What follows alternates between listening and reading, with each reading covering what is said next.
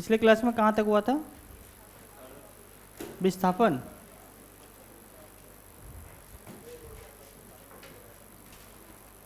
क्या हो गया था? ऐसा हो ही नहीं सकता है। तो मिला जुला का मतलब क्या होता है? आप कह रहे हम वेग पढ़ा दिए, विस्थापन नहीं पढ़ा है। हाँ तो ये कहिए ना, क्योंकि बिना वेग के विस्थापन तो होगा नहीं।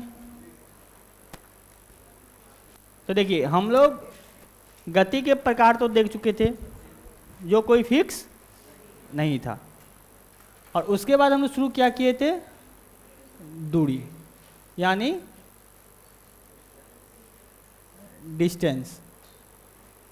और डिस्टेंस क्या होता है पता है आप लोगों को? क्या?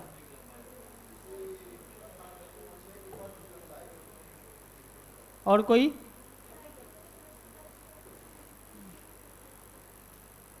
देखिए जिसका परिभाषा पूछे वो सब परिभाषा में नहीं आना चाहिए।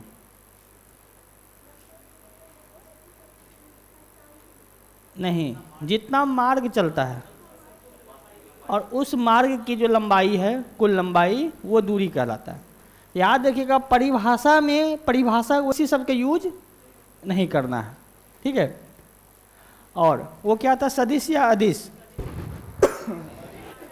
अदिश राशि था। चाल क्या था? चाल किसे कहते हैं?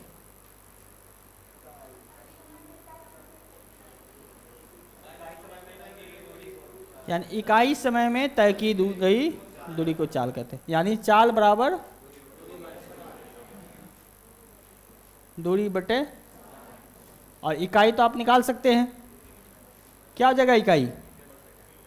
मीटर सेकेंड, है कि नहीं। इसके बाद हम लोग वेग देखे थे, विस्थापन देखे थे, यानी डिस्प्लेसमेंट। डिस्प्लेसमेंट का परिभाषा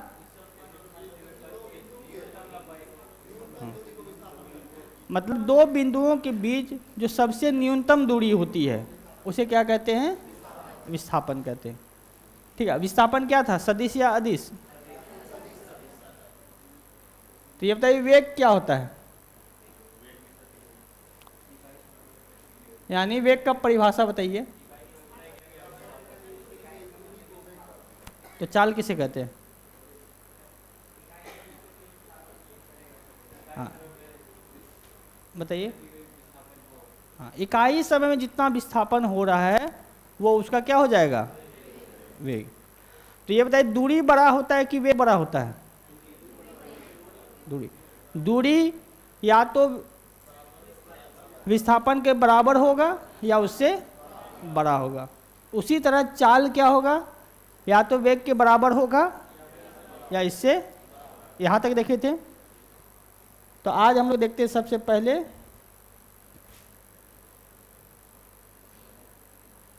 त्वरण।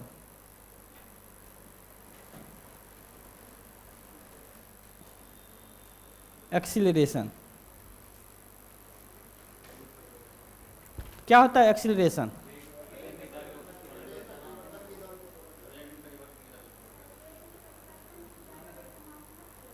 तब त्वरण होता है। देखिए परिभाषा सिंपल नहीं, इतना भी सिंपल नहीं कर देना है। त्वरण मतलब क्या है? जब कोई वेग में परिवर्तन हो रहा है, लेकिन परिवर्तन क्या हो रहा है? धनात्मक हो रहा है। जैसे मान चले अभी आपका वेग 5 है, फिर 10 हो गया, 20 हो गया, 30 हो गया, 35 हो गया, तो आपका वेग क्या हो रहा है? बढ़ रहा है लगातार। तो जब वेग लगातार बढ़ता है तो कुछ न कुछ तो समय लिया ही होगा। तो समय के सापेक्ष में जब वेग लगातार बढ़ रहा हो तो उसे क्या कहते हैं हम लोग? एक्सीलरेशन, ठीक है। लेकिन जब वही वेग जब घट के 30, 25, 10, 5 हो रहा है तब क्या हो जाएगा? यानी मंदन कहिए या रिटार्डेशन। तो याद रखिएगा जब वेग में परिवर्तन होता है तो दो कंडीशन हो सकता है, या तो वेग बढ़ रहा है या घट रहा है। तो बढ़ने घटने में समय लगेगा कि नहीं? क्योंकि बिना समय के आप कैसे कह सकते बढ़ा है कि घटा है? तो जब लगातार वेग बढ़ता है समय के सापेक्ष तो क्या कहलाता है? त्वरण कहलाता है, यानी एक्सीलरेशन कहलाता है। और जब लगातार वेग घट रहा हो तो एक्सीलरेशन, ये क्या कहता है? मंदन, यानी रिटार्डेशन। क्लियर है? तो हेडिंग में जैसे त्वरण लिखे हैं तो त्वरण का पहले परिभाषा लिख लीजिए। जब किसी वेग में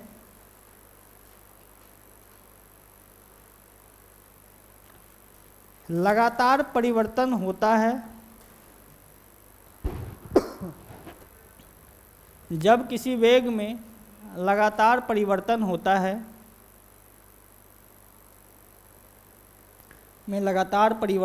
है, और यह परिवर्तन धनात्मक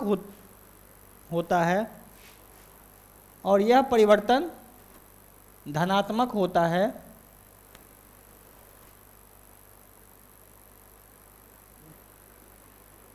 तो वेग में परिवर्तन की दर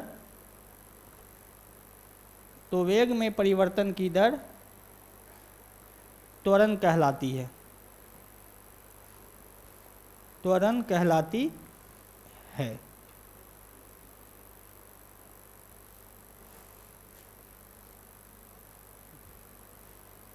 यानी सिर्फ परिवर्तन नहीं लिखना है, परिवर्तन होना तो सही है, परिवर्तन तो हो रहा है, लेकिन वो परिवर्तन क्या है?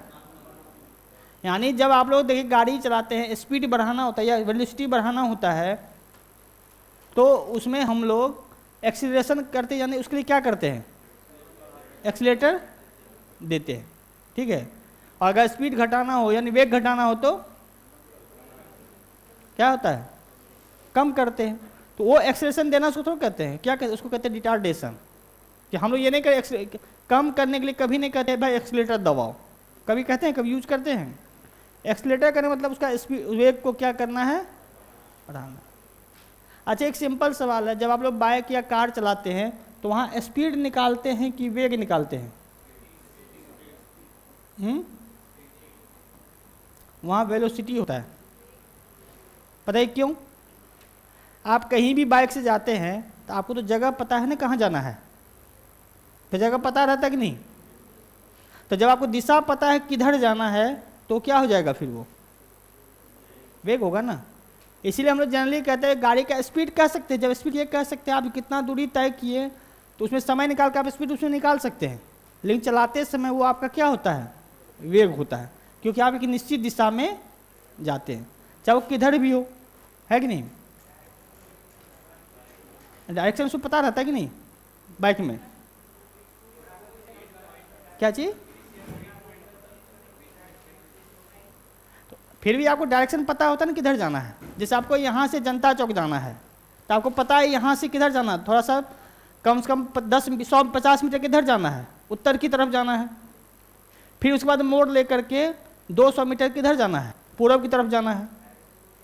तो फिर पता तो चल रहा है ना किधर जाना है, पता चल रहा है कि नहीं पूर्व की तरफ जाना है। जब भी हम लोग बाइक चलाते हैं, 4 व्हीलर चलाते हैं, कुछ भी चलाते हैं, तो उसमें वेलोसिटी तभी देखा जाता है। हाँ, जब आप ओवरऑल जब यहाँ से जनता चौक पहुँच गए और तब आपने देखा हम भाई 2 किलोमीटर चले और हमें लगा 10 मिनट, तब आप वहाँ पे स्पीड निकाल सकते हैं। लेकिन चलाते समय हम लोग वेलोसिटी को ही काउंट करते हैं, इसीलिए चलाते समय भी हम लोग एक्सीलेटर निकालते हैं ना। कोई एक्सीलरेशन केवल वेलोसिटी से ही निकलेगा, कभी भी दूरी। ये स्पीड क्या है? स्पीड का मतलब है जब टोटल दूरी तय कर लिए और टोटल समय लगा दिए। अब किधर किधर से आए उसको कोई लेना देना नहीं है, तो हो गया दूरी। वो दूरी आपका अंत में निकलेगा। जैसे चाल, कितना आप चाल से आए हैं। लेकिन जब आप चला रहे होते हैं तो उस समय आपके साथ होता है वेग, क्योंकि आपको दिशा पता होता। हाँ, अब ये नहीं कि सर हम बिना टाइम पास के लिए लॉन्ग ड्राइव पे चल दिए, तो वो अलग चीज़ है, लेकिन रियल लाइफ में वैसा बहुत कम होता है, ठीक है। तो याद रखिएगा, जब भी हम लोग चलाते हैं तो जनरली दिमाग में वेलोसिटी लेके ही चलते हैं। आम भाषा में लोग वेलोसिटी यूज नहीं करता, सब स्पीड ही मान के चलता है। लेकिन यहाँ आपको आम भाषा के तौर पे यूज तो नहीं करना है, आपको एग्जाम पर्पज से यूज करना है, थ्योरी के हिसाब से यूज करना है ना।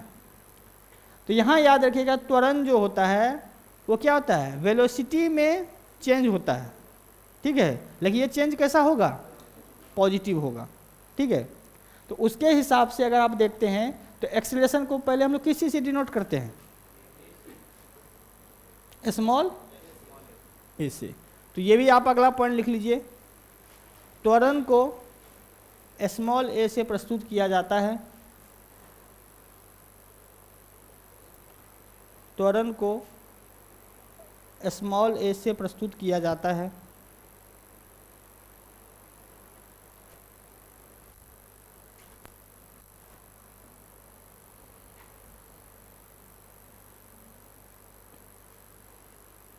और ये बताइए तो त्वरण का फॉर्मूला क्या हो गया, परिभाषा के आधार पे, यानी वेग में परिवर्तन की दर। और आपको हम पहले ही बोले जहां परिवर्तन की दर लिखा हो तो वहां किसे डिवाइड करना पड़ता है, समय से डिवाइड करना पड़ता है, क्योंकि परिवर्तन किसके सापेक्ष में होता है, समय के सापेक्ष में।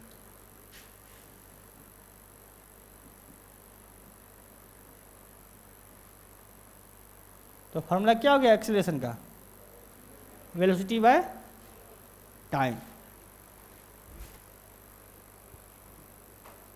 तो इसका इकाई ही निकाल दीजिए, कितना होगा,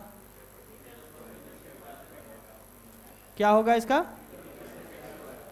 इसका इकाई हो जाएगा मीटर प्रति,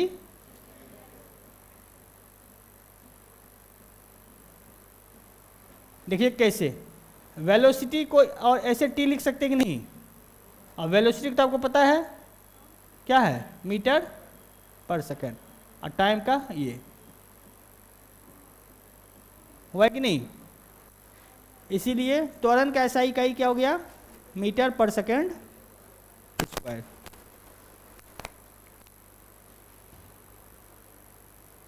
यानी इसकी इकाई है मीटर पर सेकेंड स्क्वायर। और ये सदिश है कि अदिश है, तो इसका दिशा किधर होगा,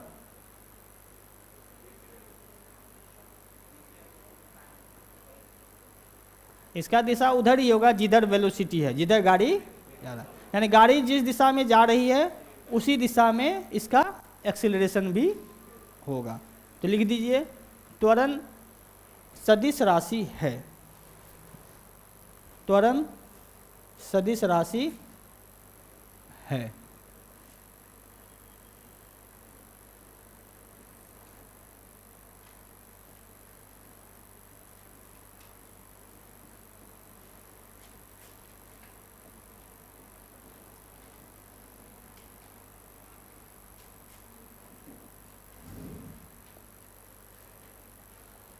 अगला हेडिंग दे दीजिएगा मंदन यानी रिटार्डेशन या डी एक्सीलरेशन।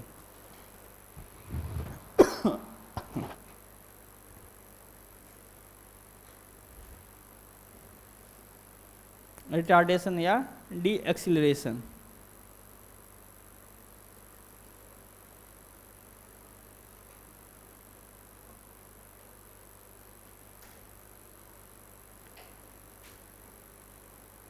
इसका क्या परिभाषा हो सकता है,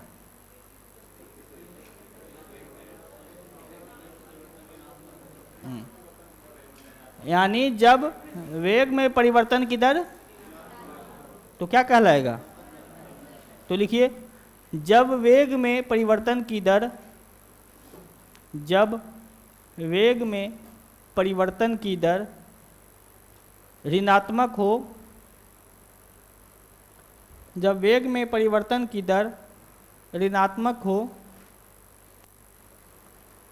तो वह मंदन कहलाता है, तो वह मंदन कहलाता है।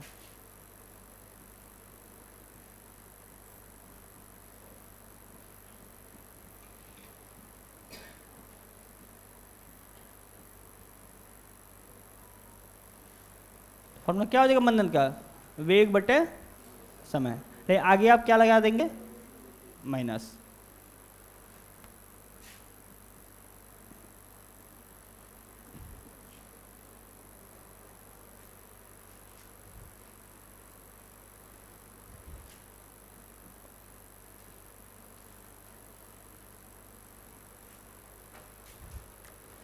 यानी ये भी क्या होगा, यानी इसको आप माइनस लगा सकते हैं, माइनस वेलोसिटी बाय टाइम। तो यहाँ माइनस से इसके इकाई पे कोई असर पड़ने वाला नहीं, बस वो दिशा बता रहा है माइनस, पीछे की तरफ जाना, यानी पीछे मतलब कम होना उसका, क्योंकि माइनस मतलब धीरे धीरे कम होना। तो इसका इकाई क्या होगा, इसका इकाई भी होगा, लिखिए मंदन की इकाई मीटर प्रति सेकेंड स्क्वायर होती है, मीटर प्रति सेकेंड स्क्वायर होती है।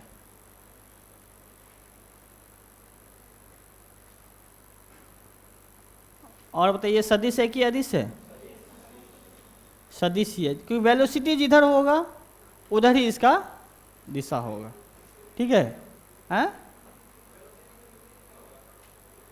हाँ, तो वेलोसिटी के विपरीत, यानी देखिए इसमें रिटार्डेशन में क्या था, वेलोसिटी का विपरीत होगा, तो विपरीत का वेलोसिटी का दिशा पता है तो उसका उल्टा दिशा में आपको रिटार्डेशन हो गया, तो ये भी क्या हो गया, फिर भी सदिश ही है। तो लिखिए यह एक सदिश राशि है।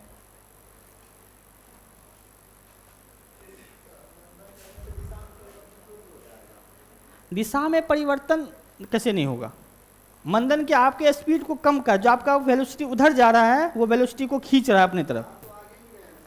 अरे आगे जाना और खींचना, तो एक चीज़ बताइए, आप सिंपल सी बात है, मान चलिए आपको हाथी के साथ बांध दिया जाए और हाथी उधर खींच रहा हो और आप इधर खींच रहे हैं, आप किधर जाइएगा, पीछे। सिंपल, पहले बात बताइए, ज़्यादा दिमाग नहीं लगे, बस सिंपल लगाइए। हाथी के साथ आपको बांध दिया जाए, हाथी उधर जा रहा है और आप इधर जा रहे हैं, लेकिन आप जाइए रियल में जाइएगा किधर, हाथी की तरफ। आपका भले ही दिशा उस तरफ है, लेकिन हाथी का इतना पावरफुल है जो आपको अपनी तरफ खींच रहा है। सेम यहाँ भी है, वेलोसिटी का पावर बहुत ज़्यादा है और रिटार्डेशन का पावर कम होता है, तो जैसे जैसे रिटार्डेशन आप बढ़ाते जाइएगा तो उस वेलोसिटी से आप ज़्यादा हो। एक समय आप रोक भी तो देते हैं ना उसको, गाड़ी क्यों रोक दे रहे हैं, कि वो उधर खींच रहा है और आप इधर खींच रहे हैं, और जैसे जैसे आप डीएक्सेलरेशन बढ़ाते जाएंगे आपका वेलोसिटी क्या हो जाएगा, कम, क्योंकि वेलोसिटी आगे खींच रहा है और मंदन इधर खींच रहा है। और जब तक आपका ये स्पीड बढ़ते जाएगा, मंदन बढ़ते जाएगा, तो गाड़ी क्या हो जाएगा, रुक जाएगा। समझ कहने का मतलब, आप वो नहीं देखिए आप किधर जा रहे हैं, आप ये बल किधर लगा रहे हैं, यानी एक्सेलरेशन किधर लग रहा है, ये पीछे लग रहा है, लेकिन गाड़ी का स्पीड इतना ज़्यादा होता है जो अचानक रुकता, आजकल तो अचानक भी रुक जाता है। कब, कौन सा ब्रेक लगाते हैं, और जिससे खतरा ज़्यादा है, आप अचानक जा रहे हैं डिस्क ब्रेक लगा दिए, है कि नहीं, और अचानक गाड़ी रुक जाती है, ठीक है। तो आपको बस दिशा भले इधर है, जा उधर, लेकिन दिशा उसका उल्टा ही रहता है, ठीक है। आपको दिशा याद रखना, आप लगा किधर रहे हैं फोर्स, हाँ बस यही है। जो वेलोसिटी ज़्यादा होता है तो उसको कम करने में जो था आपको समय लगता है। आपको जैसे एक्सेलरेशन बढ़ाते जा रहे हो, उससे डिएक्सेलरेशन बढ़ाइएगा तो आपका वेलोसिटी धीरे धीरे क्या होगा, कम होगा, और एक समय जाके गाड़ी रुक जाएगी, ठीक है। अब आते हैं कोणीय विस्थापन।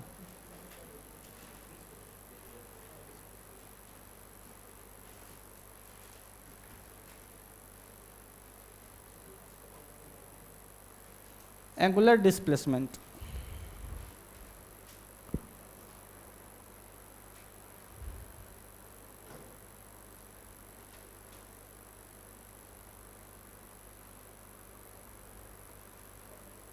कोणीय विस्थापन यानी एंगुलर डिस्प्लेसमेंट।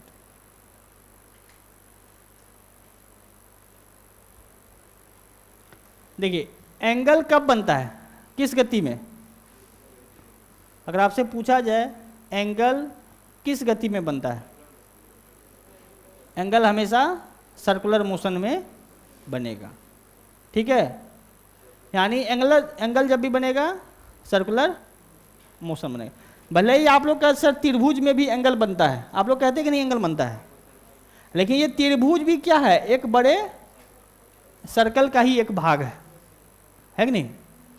या आप लोग कहते हैं भाई बॉक्स, तो ये जो बना रहता है एक प्रकार का बड़ा सर्कल का ही एक भाग होता है जो आपको बनाए हुए रहते हैं। कि एंगल जब भी होगा तो कोई एक सेंटर के तुलना में आपको मूव करना पड़ेगा, है कि नहीं। अब देखिए यहाँ है, इस एंगल, इस पॉइंट के में आप मूव कर रहे हैं, यहाँ से यहाँ मूव किए, तभी तो एंगल बना ना, है कि नहीं। तो याद रखिएगा एंगल जब भी बनेगा तो किस में बनेगा, सर्कुलर पाथ पे बनेगा। जैसे आप देखिए, एक कोई सेंटर है और एक वस्तु कहाँ पे है, यहाँ पे है ए के पास, और ये क्या है, सेंटर है। और अब ये वस्तु सर्कुलर पाथ पे कहाँ घूम गया, बी पॉइंट पे, ठीक है। तो इसे घूम के आप मान लीजिए काल्पनिक रेखा अगर आप खींच दे रहे हैं तो देखिए इसमें आप दो चीज़ देख रहे हैं, एक तो ये सीधी रेखा है और एक क्या है ये, इसको क्या कहते हैं, आर्क या चाप। तो बताइए इसमें जो है, इस दोनों में डिस्प्लेसमेंट कौन सा होगा, सीधी रेखा या आर्क। और आर्क क्या होगा, डिस्टेंस हो गया, कि सफ़र तो वैसे ही कर रहा है ना। तो यहाँ चाप हो गया एक दूरी, और सीधी रेखा हो गया एक, दोनों का आप माप सकते हैं किस में, मीटर में ही मापा जाता है ना, चाहे वो आर्क हो, क्यों आर्क भी एक प्रकार का क्या है, लेंथ है, लंबाई है, और सीधी रेखा भी क्या है, लंबाई है।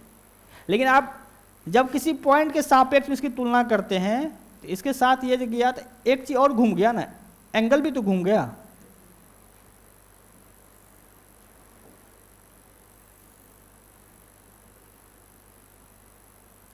तो डिस्प्लेसमेंट एंगल का भी डिस्प्लेसमेंट हुआ है कि नहीं। अगर आप इसके सापेक्ष में देख रहे हैं तो कितना एंगल बदल गया, वो थीटा, ठीक है। तो याद रखिएगा जब भी कोई सर्कुलर पाथ पे घूमता है तो उसमें कई प्रकार की दूरी माप सकते हैं। एक तो नॉर्मल दूरी माप लिए जो उसका आर्क है, मीटर में माप लिए। एक होता है सीधी रेखा खींच दिए, जहाँ से चला जहाँ पहुँचा, वो क्या बन गया, उसका डिस्प्लेसमेंट। और एक हो गया जो घूमते समय उन्होंने कुछ एंगल को भी बदला है, ठीक है। तो जिसके कारण इसका एक और विस्थापन हो गया, किस रूप में, एंगल के रूप में। और इसी एंगल के रूप में जब विस्थापन होता है इसी को क्या कहते हैं, एंगुलर यानी कोणीय विस्थापन। क्लियर है ये, कंफर्म या किसी कोई कंफ्यूजन। तो लिखिए वृत्तीय गति में, वृत्तीय गति में जब कोई वस्तु, वृत्तीय गति में जब कोई वस्तु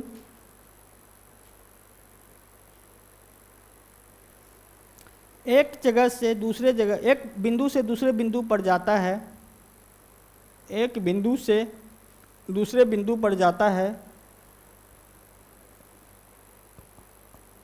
तो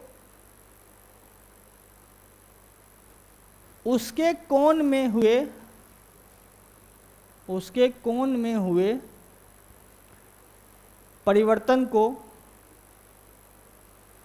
कोण में हुए परिवर्तन को कोणीय विस्थापन कहते हैं, कोणीय विस्थापन कहते हैं, जिसे थीटा से प्रस्तुत किया जाता है। ये थीटा समझते हैं ना आप लोग, जिसे थीटा से प्रस्तुत किया जाता है। ये चित्र भी आप बना सकते हैं, जिसे थीटा से प्रस्तुत किया जाता है। थीटा ये वाला चित्र, एंगल जिसे निकालते हैं।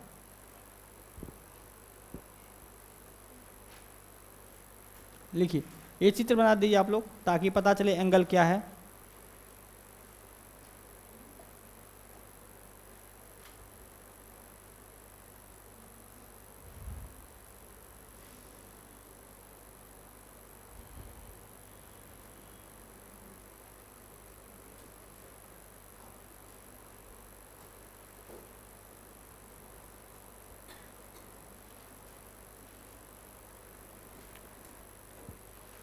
अभी तक इसका इकाई क्या होगा,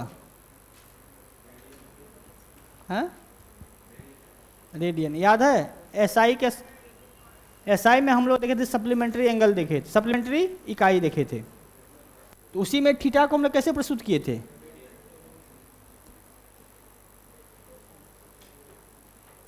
तो लिखिए कोणीय विस्थापन की इकाई रेडियन होती है। कोणीय विस्थापन की इकाई रेडियन होती है।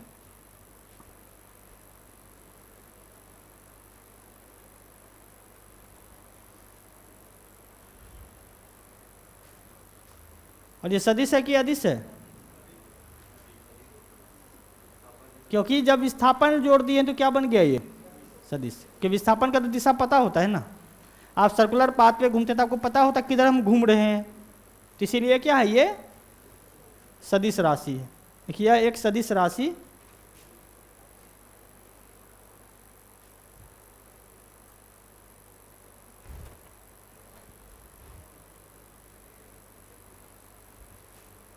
ये आप लोगों से एक सवाल है, किसी भी वृत्तीय गति में अधिक से अधिक कितना कोणीय विस्थापन हो सकता है?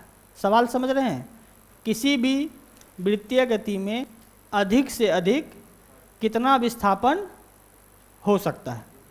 ठीक है, और आपका ऑप्शन है ए में 0 डिग्री, बी में 90 डिग्री, सी में और डी में हाँ किसी भी वृत्तीय गति में अधिक से अधिक कितना कोणीय विस्थापन हो सकता है?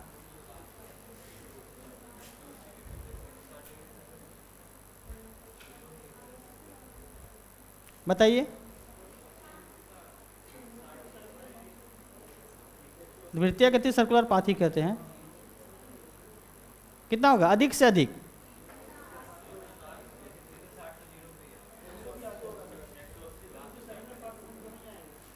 देखिए इसका जो आंसर होगा वो होगा, बताइए क्यों?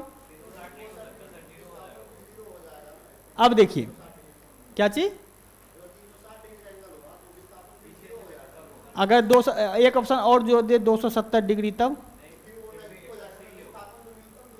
हाँ, क्योंकि याद रखिएगा ये जो होता है ये मैक्सिमम विस्थापन होता है, कि जैसे ही आप इसको बढ़ा के आप ऐसे कर देंगे, जैसे आप इसको बढ़ा के ऐसे कर देंगे तो हम लोग इसको नहीं लेंगे, फिर हम लोग कौन लेंगे? न्यूनतम वाला लेंगे ना, तब वो बड़ा वाला नहीं होगा। तो 90 कैसे गया? 180 तक जा सकते हैं ना। हाँ अगर 270 ले लिए तो वो 90 हो जाएगा फिर। इसीलिए कोणीय विस्थापन 0 से लेकर के किसके बीच में रहेगा?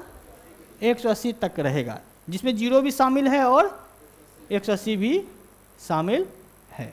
तो ये भी नोट करके पॉइंट लिख लीजिए। कोणीय वेग का मान,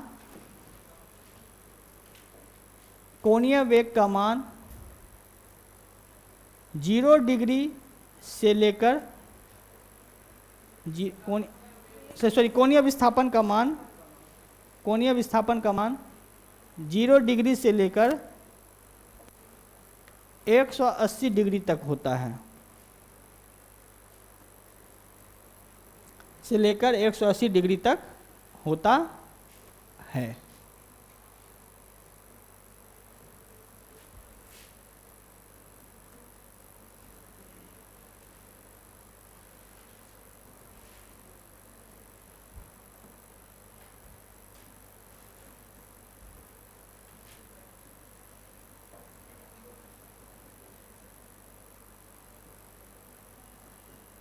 अगला हेडिंग दीजिए कोणीय वेग यानी एंगुलर वेलोसिटी।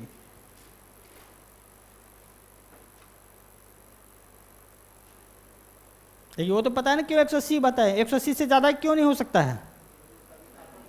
क्योंकि विस्थापन हमेशा क्या लेंगे? न्यूनतम लेंगे। ठीक है, क्योंकि न्यूनतम दूरी देखा जा रहा है तो इसलिए न्यूनतम उसमें एंगल देखेंगे, सबसे न्यूनतम एंगल कौन सा होगा? कोणीय वेग।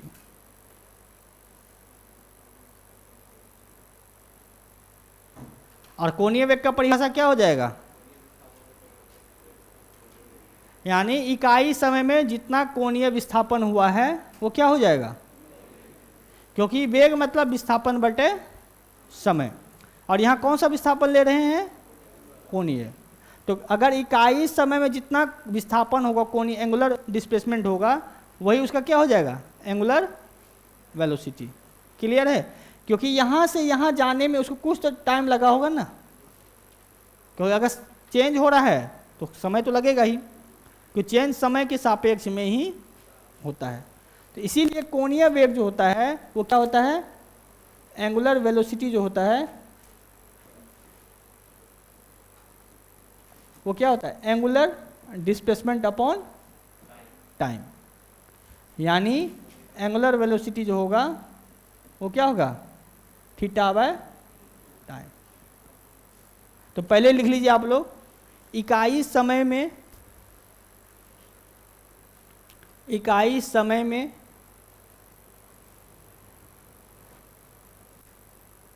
जितना कोणीय विस्थापन होता है, इकाई समय में जितना कोणीय विस्थापन होता है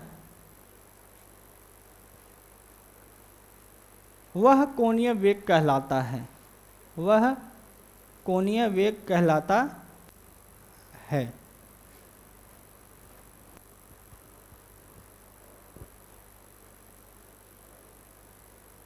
ठीक है? और कोणीय वेग का फॉर्मूला लिख दीजिएगा आप लोग, सिंपल हिंदी में लिख दे रहे हैं।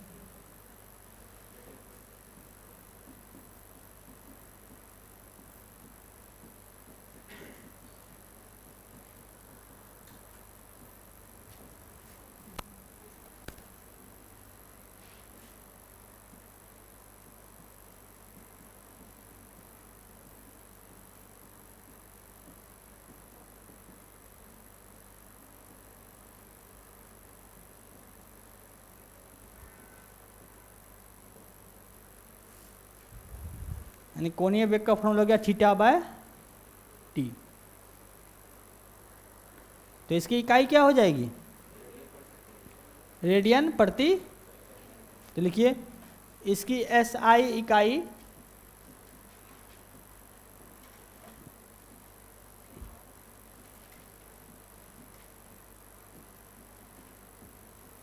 रेडियन प्रति सेकंड होती है। इसकी एसआई इकाई रेडियन पर सेकंड होती है।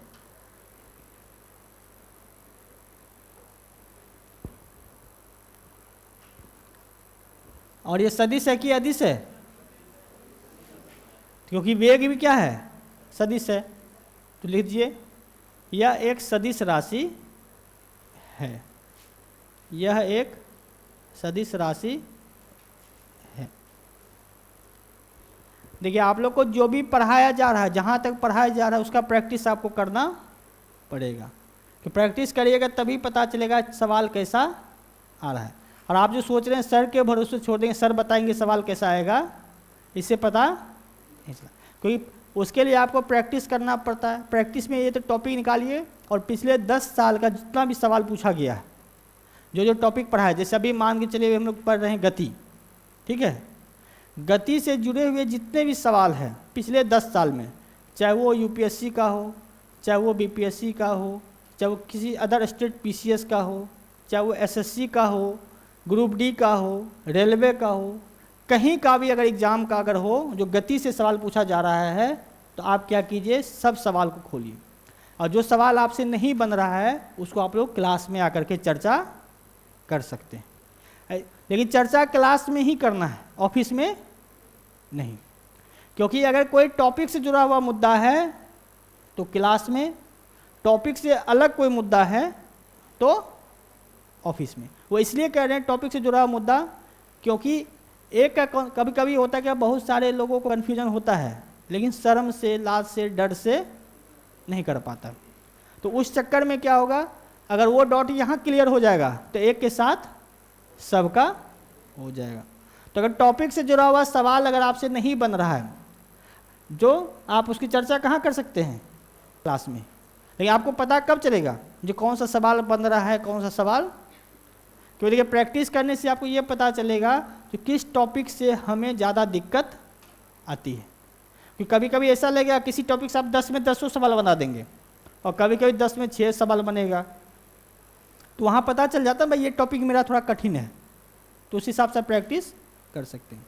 अगर आप प्रैक्टिस नहीं करेंगे तो पता ही नहीं चलेगा जो पेपर का तरीका कैसा होगा, और अचानक आप एग्ज़ाम में पहुंचेंगे तो थोड़ा सा आपको दिक्कत देगा, और आपको दिक्कत दिया तो फिर 2 साल 3 साल आपका ऐसे ही गायब, क्योंकि यहाँ एक फेल का मतलब 2 साल गायब। ठीक है, अब जो हम लोग आएंगे वो है गति का समीकरण।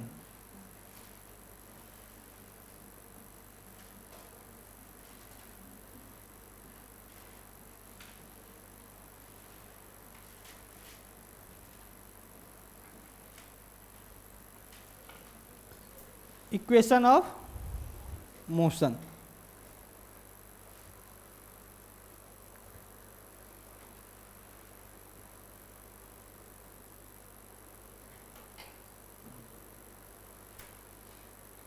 गति का समीकरण यानी इक्वेशन ऑफ।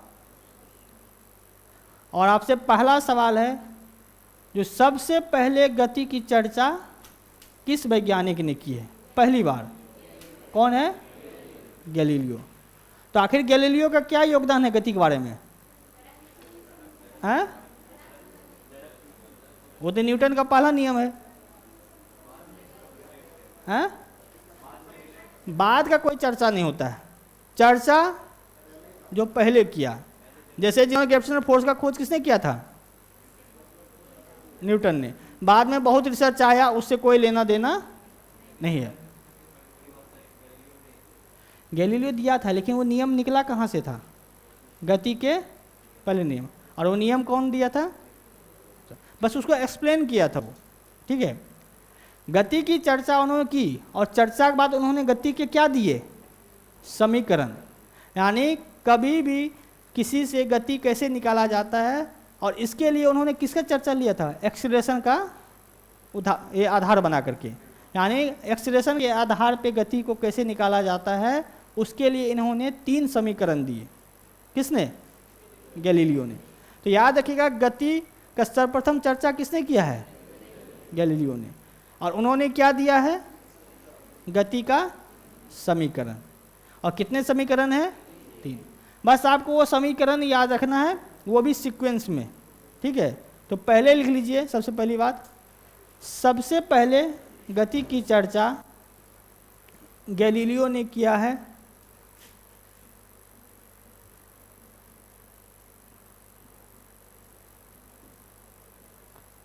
सबसे पहले गति की चर्चा गैलीलियो ने किया है।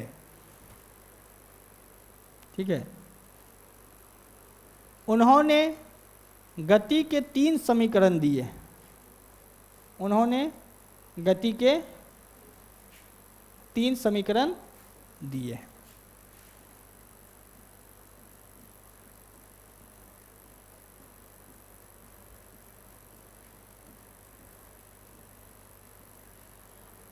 और पहला समीकरण क्या है? पहला समीकरण है v बराबर u प्लस। आपको सिंपल ये फॉर्मूला याद रखना है। और ये क्या है? गति का पहला। ये पहला है, इसको दूसरा नहीं कीजिएगा। जो पहला है वो पहला ही रहेगा। जहाँ v बराबर होता है अंतिम वेग, u बराबर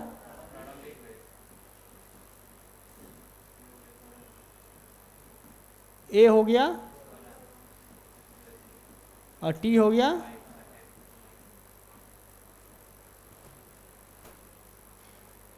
यानी पहला समीकरण क्या कह रहा है? v बराबर u प्लस ए टी। ठीक है, जिसमें v का मतलब होता है अंतिम वेग, u का मतलब होता है प्रारंभिक वेग, a का मतलब होता है त्वरण। देखिए यहाँ a भी हो सकता है, और अगर डी एक्सीलरेशन हो जाएगा तो फॉर्मूला क्या हो जाएगा? मान के चलिए यहाँ एक एक्सीलरेशन जब डी एक्सीलरेशन हो गया तो फॉर्मूला क्या हो जाएगा? क्योंकि a जहाँ है उसके जगह पे, एक जगह पे क्या आ जाएगा? जहाँ minus u minus A T आ जाएगा। वो तो चलिए बात की बात है, वो आपको खुद से निकालना पड़ेगा।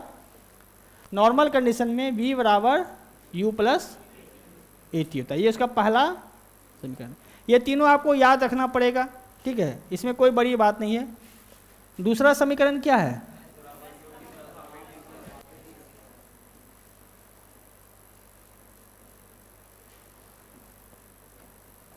S बराबर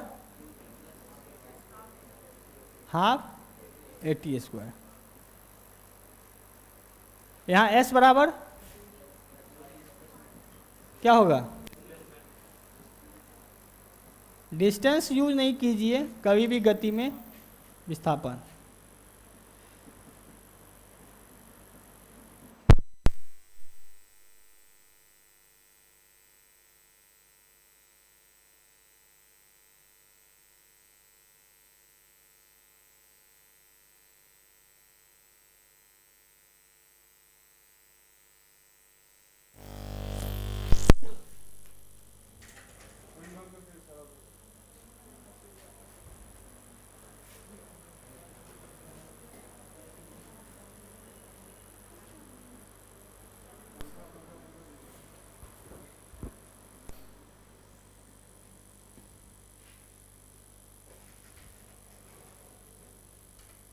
जैसे दूसरा समीकरण में जो है S बराबर UT plus half AT square है, तो यहाँ S का मतलब क्या है?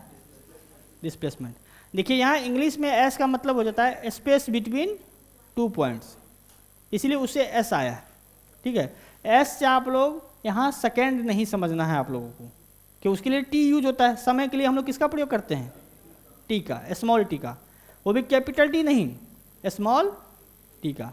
और यहाँ जो S है, S का मतलब है स्पेस बिटवीन 2 पॉइंट, और पता है दो बिंदुओं की बीच की दूरी को क्या कहते हैं? विस्थापन कहते हैं। तो दूसरा समीकरण कह रहा है S बराबर UT plus half AT square, ठीक है। जहाँ पे S लिखते हैं, जो सब नहीं लिखे थे वो सब लिख दीजिए। लिख दिए क्या आप लोग?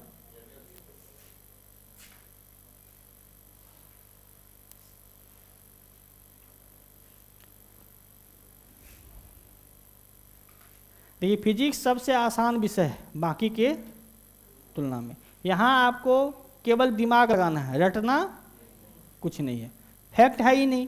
क्योंकि आप लोग केमिस्ट्री में देखा, केमिस्ट्री में बहुत अनलिमिटेड फैक्ट है। जब आप लोग इनऑर्गेनिक पढ़े थे तो कितना तत्व था, है कि नहीं? लेकिन यहाँ कोई फैक्ट आपको नहीं मिलेगा। जो दूसरा समीकरण में क्या लिखा थे? UT प्लस,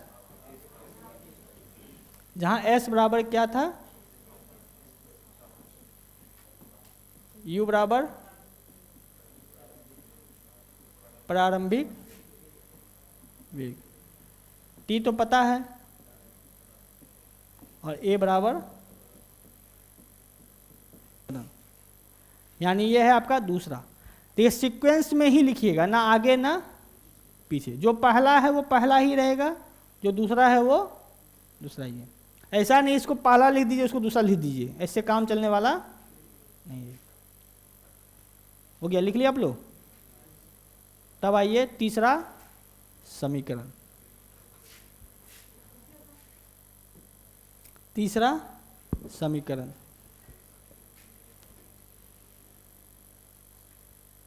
क्या होता है? तीसरा समीकरण -2a होता है, तो आप माइनस लिख रखे हैं। तीसरा होता है, तीसरा समीकरण है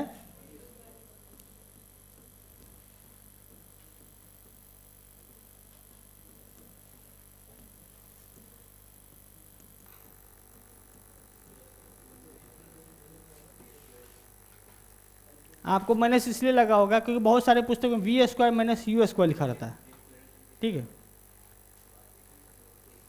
क्या चीज? हाँ, तो यहाँ पे आपको पता है V मतलब क्या है?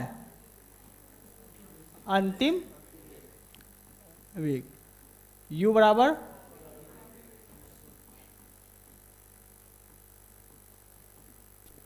A बराबर और S बराबर,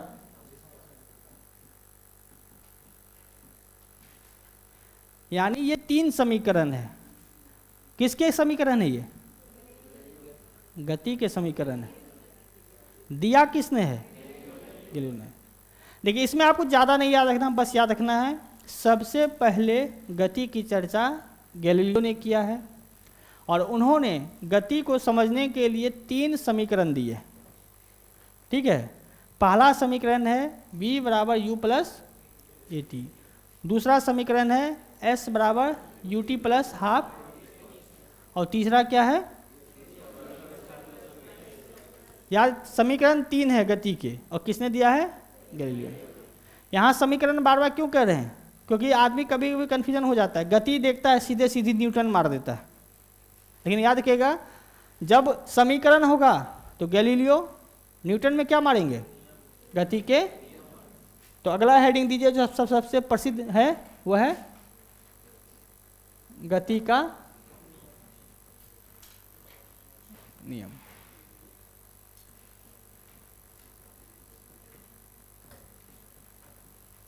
लॉ ऑफ मोशन।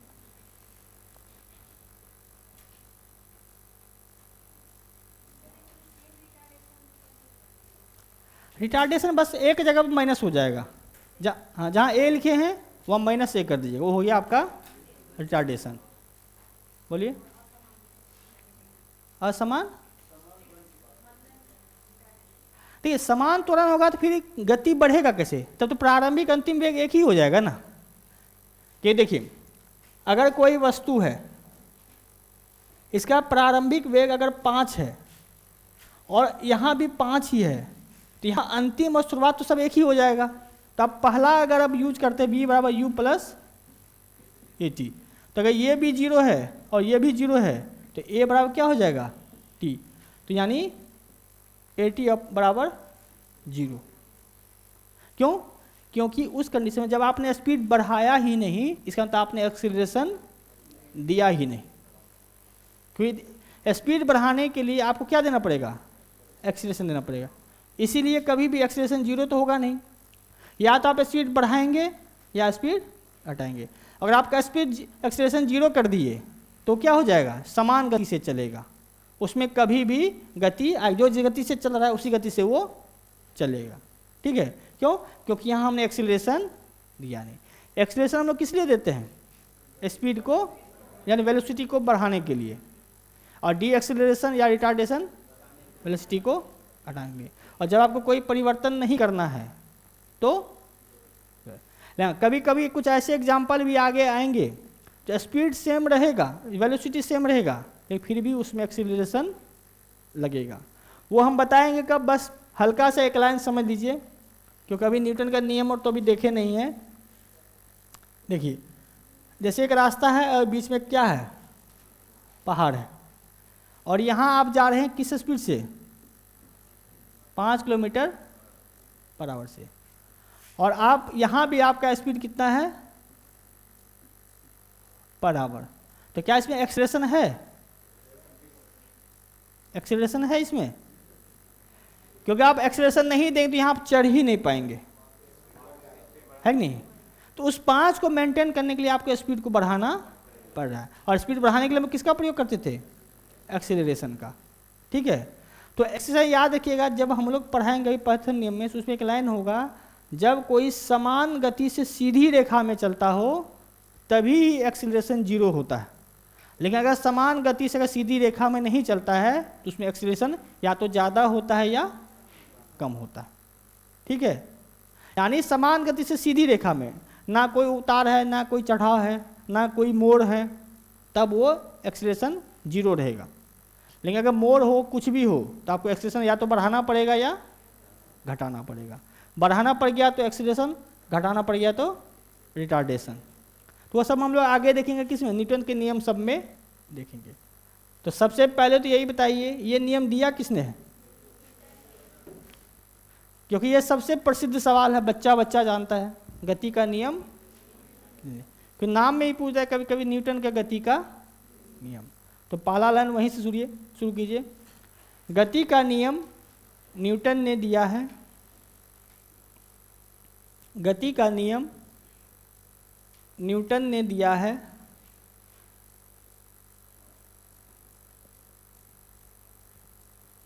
है, उन्होंने गति के 3 नियम प्रस्तुत किए हैं।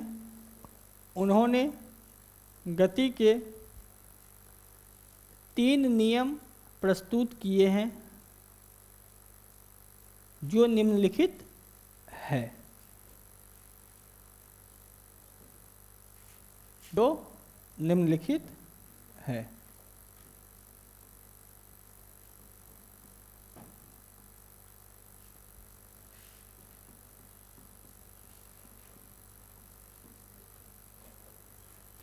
तो शुरुआत करते हैं हम लोग गति का प्रथम नियम, यानी फर्स्ट लॉ ऑफ मोशन।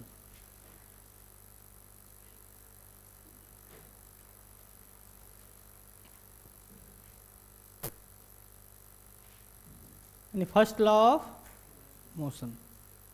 तो बताइए क्या होता है?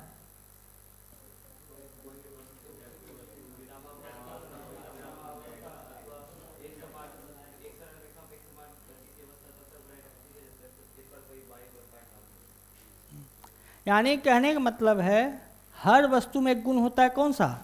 प्रारंभिक अवस्था को बनाए रखना। यानी जिस कंडीशन में है उसी कंडीशन में आप रहना चाहते हैं, और तब तक रहना चाहेंगे।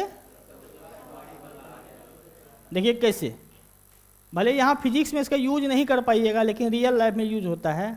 अभी आप लोग टाइम पास कर रहे हैं, पढ़ना नहीं चाहते, ठीक है, ये सब जानता है। यहाँ पे 99% बच्चे पढ़ना नहीं चाहते, लेकिन जैसे ही फॉर्म आता है तो थोड़ा सा फोर्स लगता है और आप पढ़ना शुरू कर देते हैं, और जैसे ही एडमिट कार्ड आता है तो फोर्स और बढ़ता है। तो आप जहाँ 4 घंटा पढ़ते हैं तब वहाँ 6 घंटा पढ़े, और जब एग्ज़ाम से ठीक 1 दिन पहले दिन भर पढ़ते, यहाँ तक एग्ज़ाम में घुसने से पहले तक किताब लेके पढ़ते रहता है कि नहीं? और वो याद रखिएगा, जो व्यक्ति आप कभी एग्ज़ाम देने गए होंगे, एग्ज़ाम के समय सुबह बैठ के पढ़ रहा होता है, उसका रिजल्ट नहीं होता। क्यों नहीं होता है? क्योंकि वो इसका क्लियर इंडिकेशन है वो साल भर नहीं पढ़ा है, इसलिए उसे टेंशन हो रहा है जो क्या होगा क्या नहीं होगा। तो अचानक पढ़ने से, अचानक कुछ होने से काम, अब वही होगा आप 10 दिन भूखे रहे और 11वां दिन 50 रोटी खा ले, उससे क्या होगा? पेट तो खराब ही होगा ना। तो इसीलिए बैलेंस बना रखना चाहिए। तो हर जगह, लेकिन वो चीज़ यहाँ क्यों नहीं यूज कर सकते एग्जाम वाला? क्योंकि हम लोग पहले कह चुके हैं, हम लोग फिजिक्स पढ़ रहे हैं, और फिजिक्स में उसी को काउंट करेंगे जिसको हम लोग संख्याओं में काउंट कर सके, ठीक है। या आप ये काउंट कर सकते हैं, जैसे आप सोए हुए हैं, सुबह 7 बज गया, आपको उठना पसंद नहीं है, और तभी माँ तो आके प्यार से उठाती है, पिताजी तो अलग से ही उठाते हैं, या तो एक लात दे के उठा दिए, क्या उसको यहाँ काउंट कर सकते हैं? आप सोए हैं 8 बजे दिन तक, 9 बजे दिन तक, और पिताजी एक लात मारे, आप उठ गए, वो काउंट होगा, क्योंकि लात जो लग रहा है एक प्रकार का फोर्स है। वही फोर्स जो बाहरी कारक जो आप कह रहे हैं, बाहरी कारक जो आपके प्रारंभिक अवस्था को बदल देता है, क्योंकि उस जो लात है उसका फोर्स काउंट कर सकते हैं। क्योंकि फोर्स कैसे काउंट होगा? उसमें मास भी आ गया ना, आपके पिताजी का मास तो है ही ना, वेलोसिटी भी है, और मारने में समय भी लगा होगा, तो वही जाके क्या बनेगा? फोर्स इंटू मास, क्या होगा? मास इंटू एक्सेशन बनेगा, ठीक है। तो वो सब आप निकाल सकते हैं। तो कहने का मतलब हर वस्तु में एक गुण होता है अपने प्रारंभिक अवस्था को बनाए रखे। प्रारंभिक अवस्था कहने का मतलब, या अगर वो शांत बैठा स्थिर है तो स्थिर है, या सीधी गति में, समान गति में, समान गति में सीधी रेखा में चल रहा है, तो उसको हम लोग कहते हैं प्रारंभिक अवस्था। जैसे मान लीजिए आप आराम से मस्ती से साइकिल से जा रहे हैं, कोई बदलाव नहीं है, और पीछे से ट्रक धक्का मार दे, तो आपकी स्थिति में परिवर्तन होगा कि नहीं? जहाँ 5 की रफ्तार से जा रहे हैं, हो सकता है 25-30 की रफ्तार से निकल जाए, है कि नहीं? तो जो धक्का लगा, तो धक्का भी क्या है? बाहरी कारक है, जो आपके स्थिति में परिवर्तन ला दिया। जो आप सड़क पे चल सकते थे, अब वो सड़क के किनारे दीवार से टकराए हुए, कुछ भी हो सकता है। तो याद रखिएगा, प्रारंभिक अवस्था मतलब जो नॉर्मल कंडीशन होता है, जो हम लोग जिसमें बदलाव करना नहीं चाहते, ठीक है। और वो प्रारंभिक बदलाव अवस्था में बदलाव कब होगा? जब कोई बाहरी कारक उस पर लगेगा, और वही बाहरी कारक को हम लोग क्या कहते हैं? बल, ठीक है। तो इसका परिभाषा पहले आप लिख लीजिए, देखिए कोई भी वस्तु अपने प्रारंभिक अवस्था को बनाए रखना चाहता है। कोई भी वस्तु अपने प्रारंभिक अवस्था को बनाए रखना चाहता है। अर्थात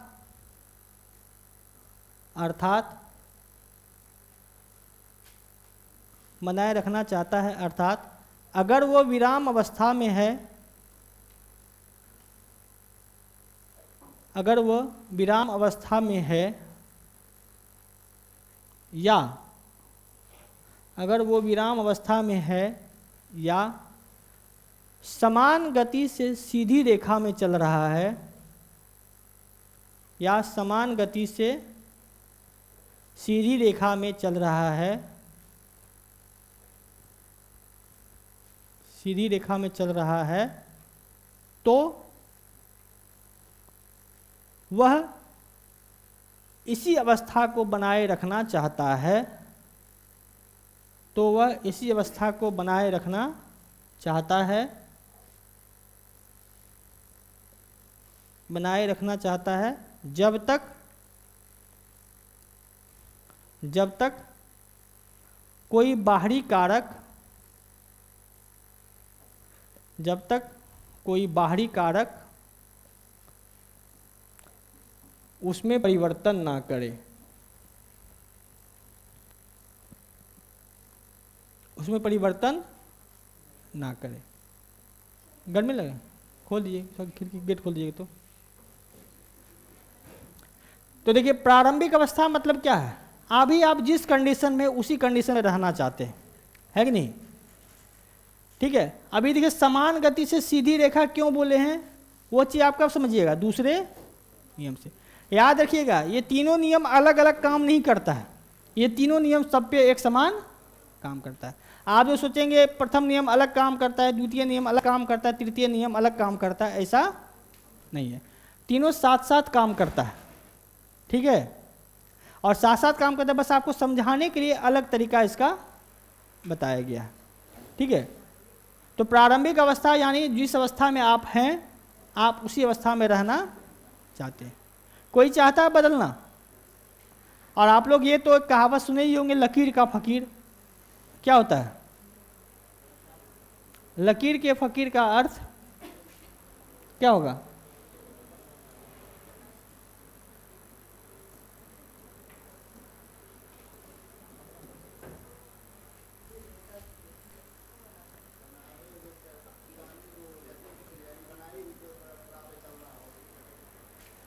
वो तो है ही, किसी में आदत होता है ना, वो होता है एक बोलिया, समझते हैं आप लोग, जिद्दी व्यक्ति, जो हम कह दिए वही सही है, चाहे दुनिया इधर से उधर हो जाए। तो वही होता है प्रारंभिक, यानी आप अपने आप में बदलाव नहीं करना चाहते, जो आप कर रहे हैं उसी को आप सही मान के चल रहे हैं। और यहाँ भी है, हर वस्तु में गुण होता है। या कोई ऐसा व्यक्ति है जिसको लगता होगा जो हम गलत है अपने बारे में? कोई है? ऐसा तो नहीं है, हम ये मान के चल रहे हैं। अगर आपको लगता है जो गलत है तो उसको फिर ठीक करने की कोशिश भी करते होंगे। कभी कभी लगता है, कभी कभी आपको लगता है भाई गुस्से में हमने कुछ ज़्यादा कह दिया, लेकिन हमेशा नहीं लगता। और जब आपको ये लग जाता है कि हमने गुस्से में ज़्यादा कह दिया, तो वहाँ दो तरह के लोग होते हैं। एक होता है ये सोच के भाई हमने गलती कर दिया, जाके माफ़ी मांग लिए, तो आदमी सही कहलाता है। और एक होता है भाई ठीक है, किसी किसी में गुण होता है जो कह दिए तो कह दिए, हम माफ़ी मांगने वाले, तो उसको कहते हैं लकीर के फकीर, है कि नहीं? तो वहाँ सेम यहाँ भी है, लकीर के फकीर का मतलब है प्रारंभिक अवस्था, यानी कि वो बदलाव नहीं चाहता है। ठीक है, तो यहाँ जब आप देखें जो बदलाव नहीं चाहता है, लेकिन बदलाव कौन लाया? कोई बाहरी कारक, और वो कारक क्या कहलाता है? बल। तो इसका अर्थ है जो न्यूटन के गति के पहले नियम से हमें किसकी परिभाषा प्राप्त होती है? बल की परिभाषा। ये कई बार पूछा जाता है, बल की परिभाषा कहाँ से निकली है?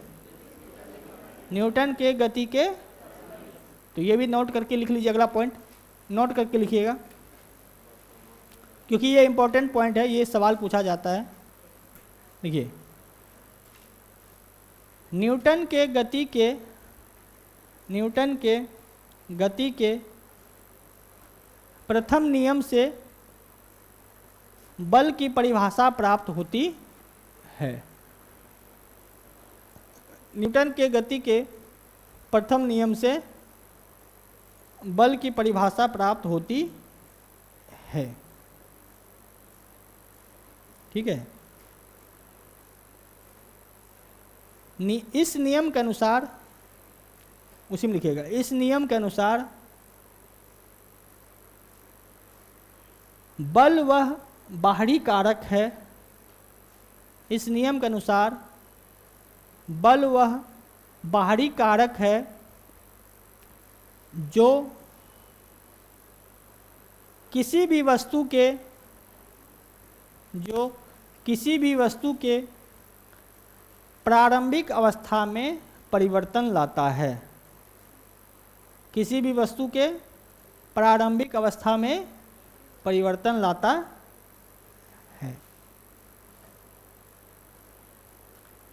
क्लियर है ये पॉइंट? ठीक है। अब अभी आप लोगों ने कहा था जड़त्व। भले ही जड़त्व किसने कहा, एक्सप्लेन किया उसको, लेकिन वो थ्योरी किससे निकाला गया था? तो उसी हिसाब से, यानी इस नियम को एक और हम लोग नाम से जानते हैं, लॉ ऑफ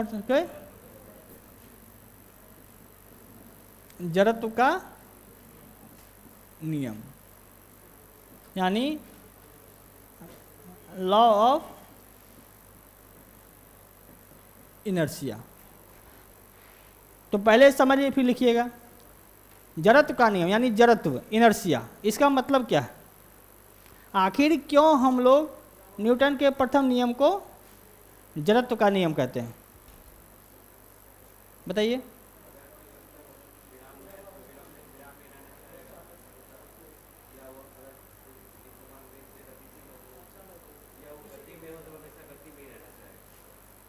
सही बात। हमने क्या था, प्रारंभिक अवस्था। हर वस्तु किस में रहना चाहता है? कब तक रहता है? तो वो बाहरी कारक को हटा दीजिए, बस ये याद रखिए, हर वस्तु अपने प्रारंभिक अवस्था को बनाए रखना, और वो परिवर्तन चाहता है कि नहीं चाहता है? और जब किसी व्यक्ति में यह गुण होता है, परिवर्तन नहीं चाहता है, तो उसे हम लोग कहते हैं जड़त्व कहते हैं। अच्छा बताइए, सोशल इश्यू पे बताइए, क्या आजकल के लोग जो है जड़त्व का नियम पालन करते हैं सामाजिक जीवन में? हैं? क्या समाज में लोग परिवर्तन चाह रहा है? हो रहा है। होने के लिए तो फोर्स है, बिना फोर्स के कोई चाह रहा है परिवर्तन? देखिए, पर्सनली आप लोग नहीं लीजिएगा, किसी भी घर में अगर कभी आप लोग शादी विवाह में देखें लड़का लड़की में, तो दोनों में बड़ा नौकरी किसको होना चाहिए? ये कैसे आपने तय कर दिया? ये इसी को कहते हैं जड़त्व, क्योंकि आपके दिमाग में सेट कर दिया है लड़का का नौकरी। क्योंकि अगर लड़की बन जाए कलेक्टर, लड़का रहे बीडीओ, तो लड़का जीवन में रोते रहता है, टेंशन में। क्यों? उसको ये चीज़ बर्दाश्त नहीं होता है, वह हमसे बड़ी मेरी बीवी है कि नहीं? इसी को कहते हैं जड़त्व, यानी मजबूरी में हम लोग कर ले। हो सकता है आप जिसमें शादी किए उस समय वो लड़की बेरोजगार थी, ठीक है, और आगे चल के वो लड़की बन गई कलेक्टर और आप रह गए क्लर्क। तो वो जिस दिन, देखिए क्या होगा, अगर आप क्लर्क बनेंगे तो आपकी बीवी बहुत खुश हो जाती है। क्यों? वह कलेक्टर की पत्नी है। ये सुनने में थोड़ा अच्छा लगता है लोगों को, लेकिन कोई ये नहीं कहा जाएगा कलेक्टर के पति है कि नहीं? क्यों? ये हर व्यक्ति के मन में सेट है। इसी को कहते हैं जड़त्व, यानी वो परिवर्तन वो कभी नहीं चाहता है महिलाओं को वो अधिकार मिले। कौन सा अधिकार? घर के मालिक होने का अधिकार, है कि नहीं? आज भी आप लोग सुनते होंगे एक शब्द बार बार, थोड़ा सा सोशल इश्यू है, महिला यानी वोमेन एम्पावरमेंट। और हम सब से यही पूछते हैं, कितनों को लगता है महिलाएं सशक्त हो रही है? हाथ उठा सकते हैं। 3 लोगों ने हाथ उठाया, बाकी लोग। तो चलिए पहले आप ही कैसे लग रहा है महिला सशक्त हो रही है?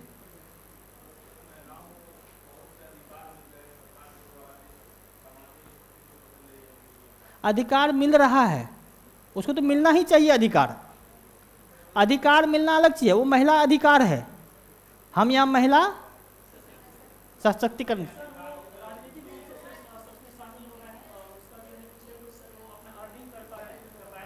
अर्निंग करना सशक्त नहीं कहलाता है।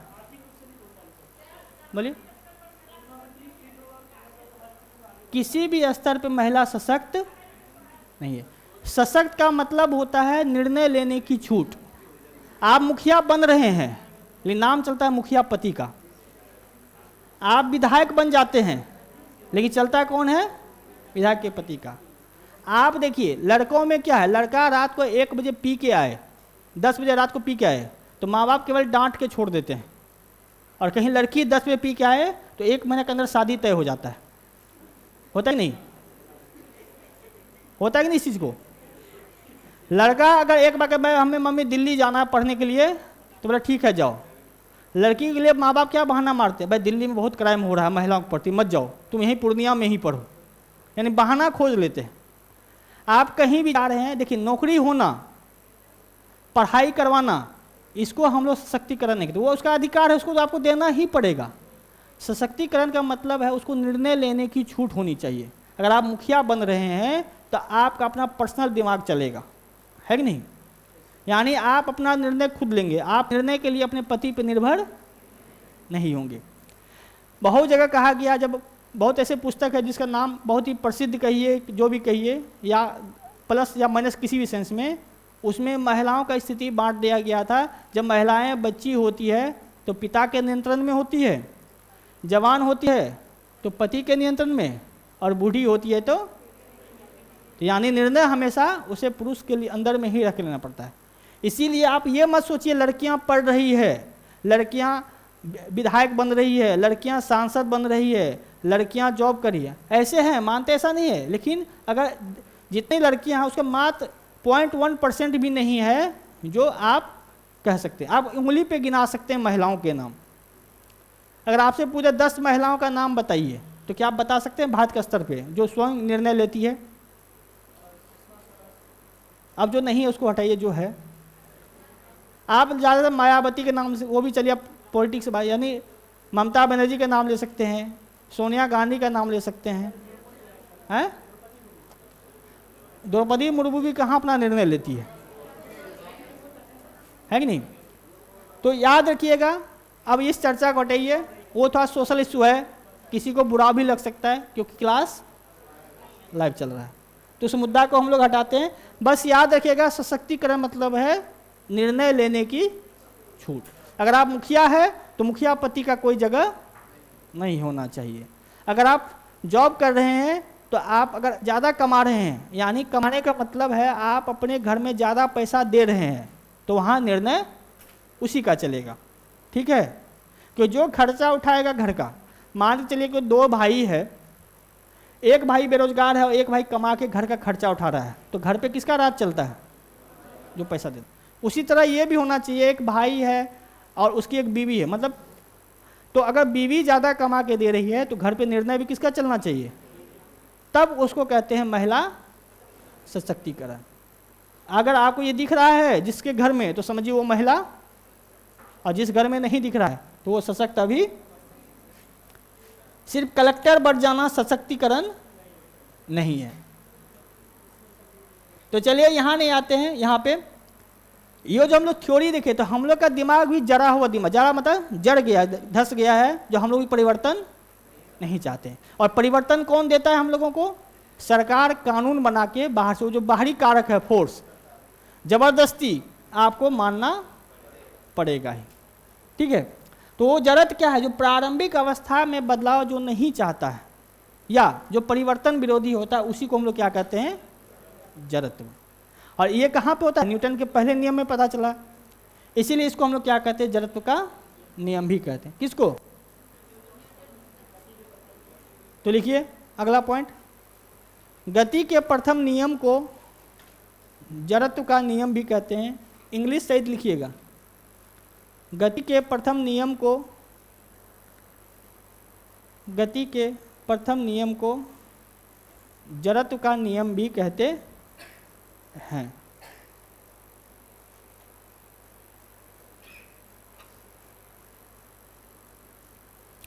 प्रथम नियम भी कहते हैं, इसी में लिखिएगा। इंग्लिश सहित लिखिएगा, लॉ ऑफ इनर्शिया भी लिख दीजिएगा।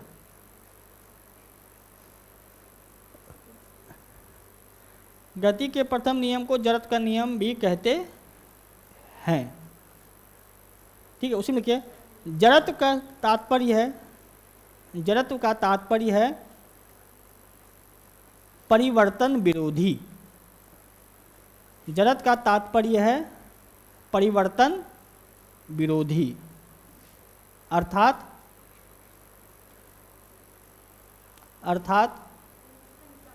परिवर्तन विरोधी अर्थात प्रारंभिक अवस्था में बदलाव नहीं चाहना। प्रारंभिक अवस्था में बदलाव नहीं चाहना।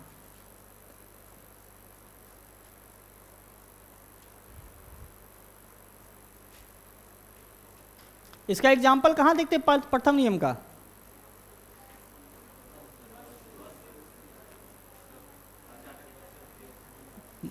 तो अचानक बस चलती है तो क्या होता है?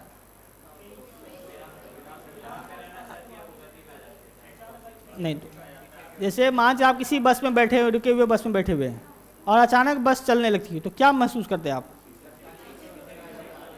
पीछे की ओर। क्यों? आप जो क्या करें, जो परिवर्तन आप में आ रहा है, आप उसका विरोध करने की कोशिश करते हैं, लेकिन विरोध इतना पावरफुल नहीं होता है जिसको हम लोग रोक सके।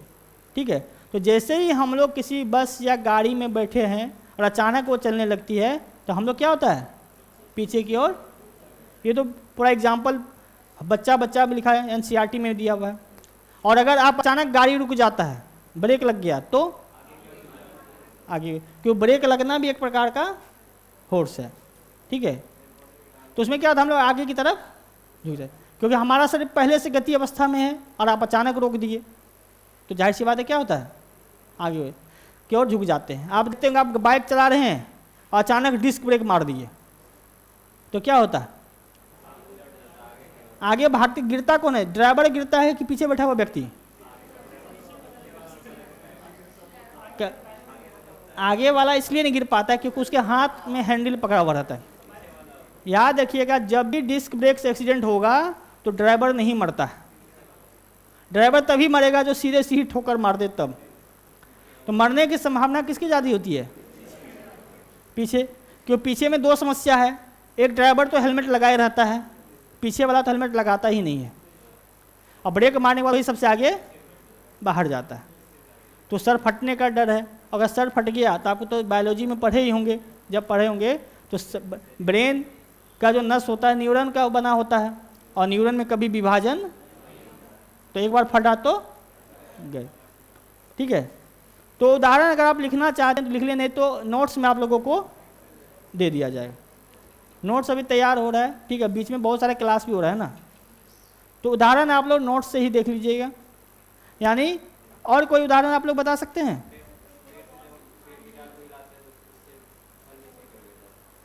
फल नहीं भी गिरा फिर भी परिवर्तन हो रहा है गति में। हाँ, जब कोई फुटबॉल रखा हो, आप उसमें लात मारते हैं तो फुटबॉल वो अपना जगह छोड़ देता है।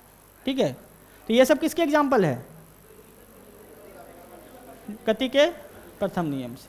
या आप ऐसा भी कर सकते हैं, आप जा रहे हैं और अचानक कोई सामने से ठोकर मार दे आपको, तो ठोकर मारने वाला का पावर ज़्यादा होगा तो आपके स्थान में भी परिवर्तन हो सकता है। या ऐसा भी हो सकता है, आप जा रहे हैं और अचानक कोई गड्ढा हो जाए, तो उसमें भी आपका क्या होता है? स्पीड घटता है कि नहीं? कि स्पीड बढ़ा ही रहता है? तो हाँ, भले स्पीड कम घटे या बढ़े।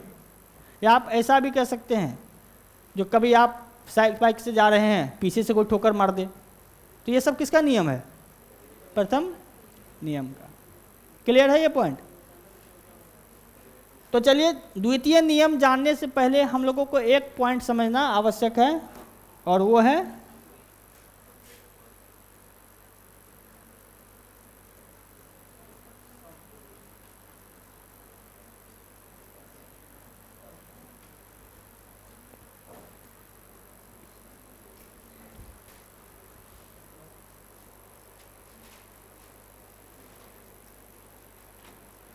संवेग।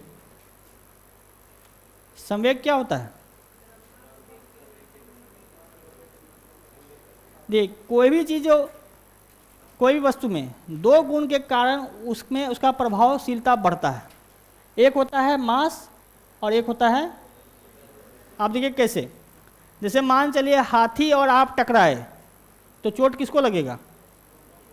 दोनों को लगेगा। लगेगा किसको? आपको। क्यों? हाथी का मास ज़्यादा है। ट्रक और साइकिल टकराए तो उड़ेगा कौन? या मोमेंटम, हम लोग कभी क्रिकेट की कमेंट्री सुनते होंगे, कमेंट्री में याद है अभी कुछ दिन पहले मैच हुआ था कलकत्ता और गुजरात के बीच। आईपीएल देखते हैं? कौन कौन आईपीएल देखते हैं भाई? भले आईपीएल देखे लेकिन ड्रीम 11 तो टीम तो बनाते ही होंगे। तो उस मैच में जब 19वां ओवर खत्म हुआ था तो कलकत्ता को जीतने के लिए चाहिए था 29 रन, ठीक है? तो उस समय जीतने का मोमेंटम किसके तरफ था? जब एक ओवर में 29 रन चाहिए तो जीतने का मोमेंटम गुजरात की तरफ, ठीक है? क्यों? क्योंकि उसमें रन का भार यानी मास बहुत ज़्यादा था। किसकी तुलना में? किसके तुलना में? तो उस समय सब जानता था जीतेगा कौन। अगर परसेंटेज भी निकाल देता, वोटिंग भी करा देता तो 99% किसके पक्ष में था? लेकिन अचानक स्पीड कौन बढ़ा दिया? रिंकू सिंह। और जिस गति से मारने लग गया तो मोमेंटम गुजरात से कहां पहुंच गया? केकेआर पे। और लास्ट गेंद पे जीत कौन गया?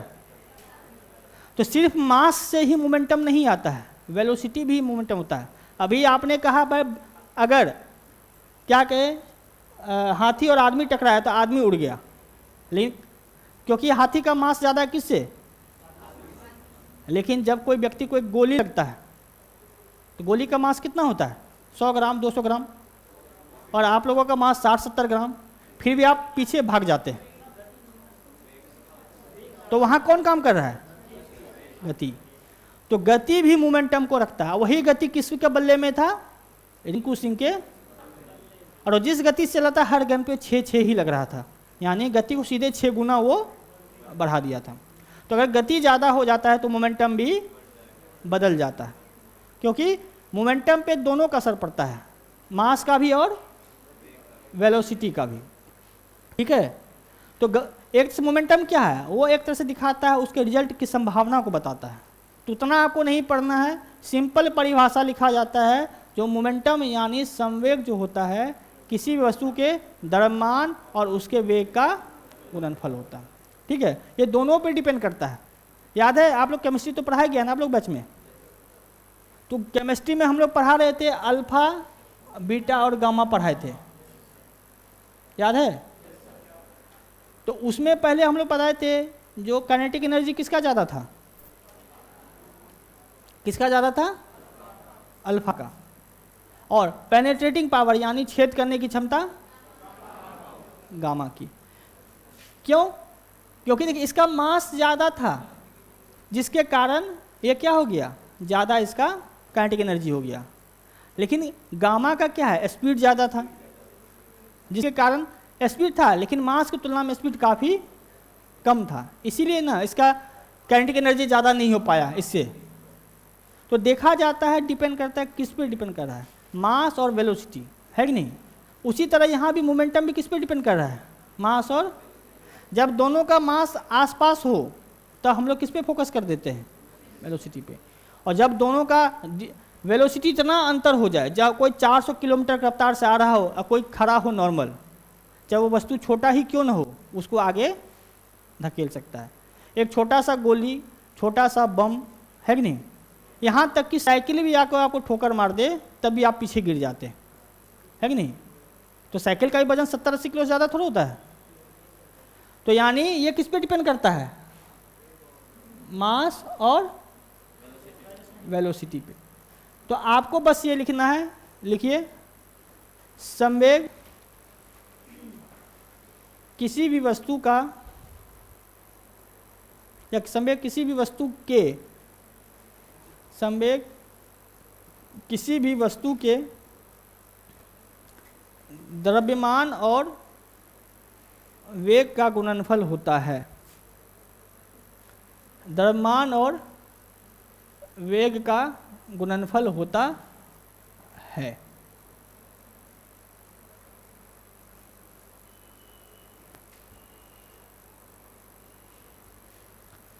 और संवेग को हम लोग किससे डिनोट करते हैं? कैपिटल पी से। लिखिए, संवेग को कैपिटल पी से प्रस्तुत किया जाता है।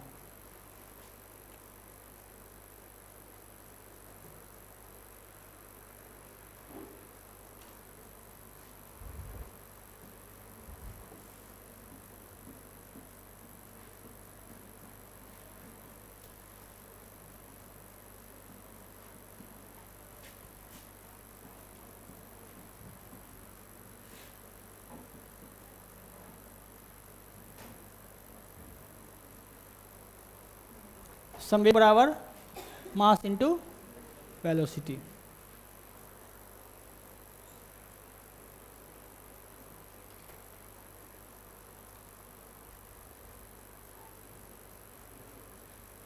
तो इसकी इकाई क्या होगी?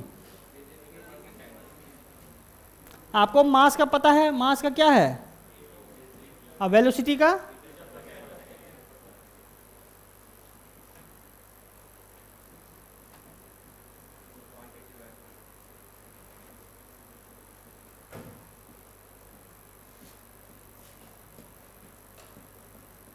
तो लिखिए, संवेग की एसआई इकाई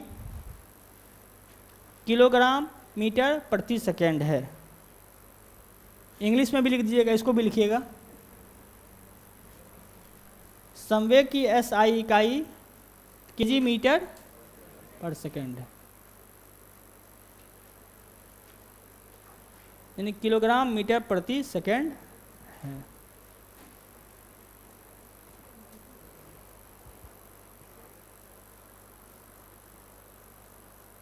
सदिश है कि अदिश है?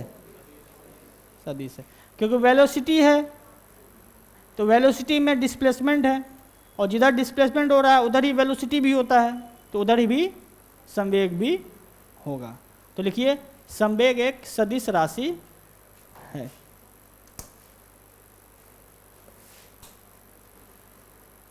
ठीक है, आज के लिए इतना ही देखते हैं। कल हम लोग द्वितीय नियम तृतीय नियम देखेंगे। ठीक है।